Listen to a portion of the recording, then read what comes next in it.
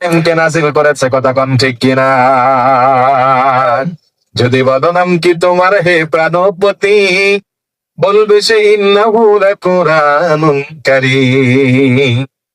যদি বলো কোরআন তোমার দেশের বাড়ি গই, বলবে সে লাউহে মাহফুজ ঠিকানাহীন।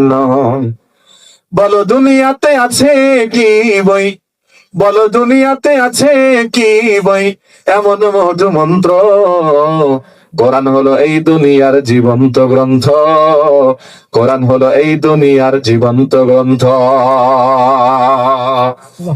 ভাইরা আমার, আল্লাহর কোরআনকে প্রশ্ন করলেন, কোরআন আজ থেকে 1450 বছর আগে নাজিল হয়েছে, বলো তো দেখি তোমার কাছে বাবা মার খেদমতের ব্যাপারে, বাবা মার প্রতি ইহসানের ব্যাপারে তোমার কাছে কোনো উত্তর আছে না নাই, সমাধান আছে না নাই? আল্লাহর কোরআন মানুষের চোখের মধ্যে আঙ্গুল দিয়ে উত্তর দিয়ে দিল। দুনিয়ার মানুষ পবিত্র কোরআনুল কারীম হলো, পবিত্র কোরআনুল কারীমের 17 নম্বর সূরা, সূরার নাম হলো সূরাতুল বনী ইসরাঈল। এই সূরাতুল বনী ইসরাঈলের 23 নম্বর আয়াতে কারিমা আল্লাহ তাআলা নাজিল করে দিলেন, বলি সুবহানাল্লাহ।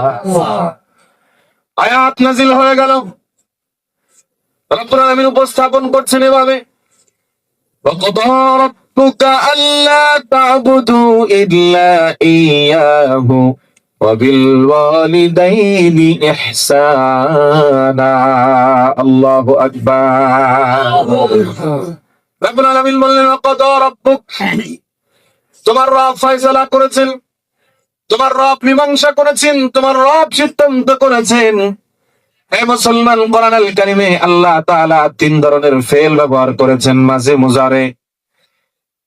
মুজারে আর হাল। এই 3 ধরনের ফেল আল্লাহ তাআলা ব্যবহার করেছেন, অতীত, বর্তমান, ভবিষ্যৎ, পাস্ট, প্রেজেন্ট আর ফিউচার। আল্লাহ রাব্বুল আলামিন এই ফেল গুলো ব্যবহার করলেন।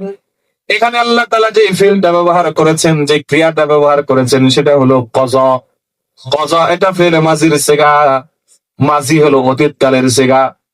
আল্লাহ রাব্বুল আলামিন এর মাধ্যমে বুঝিয়ে দিলেন, দুনিয়ার মানুষ, আমি আল্লাহ তাআলা তোমার বাবা মার প্রতি তোমার ব্যবহার কেমন হবে, তোমার আখলাক কেমন হবে, তোমার চরিত্র কেমন হবে, আমি আল্লাহ রাব্বুল আলামিন আজ থেকে 1450 বছর আগে কোরআনুল কারীমের মধ্যে এই বিষয়ে সিদ্ধান্ত নিয়ে নিয়েছি। এটা নতুন করে নিয়ে আর কিছু না। দুনিয়ার কোন কোর্ট, সুপ্রিম কোর্ট নতুন করে সিদ্ধান্ত নিতে পারবে না। এই সিদ্ধান্ত নিয়েছেন যিনি 1400 বছর আগে। চিৎকার মেরে বলেন তিনি কে?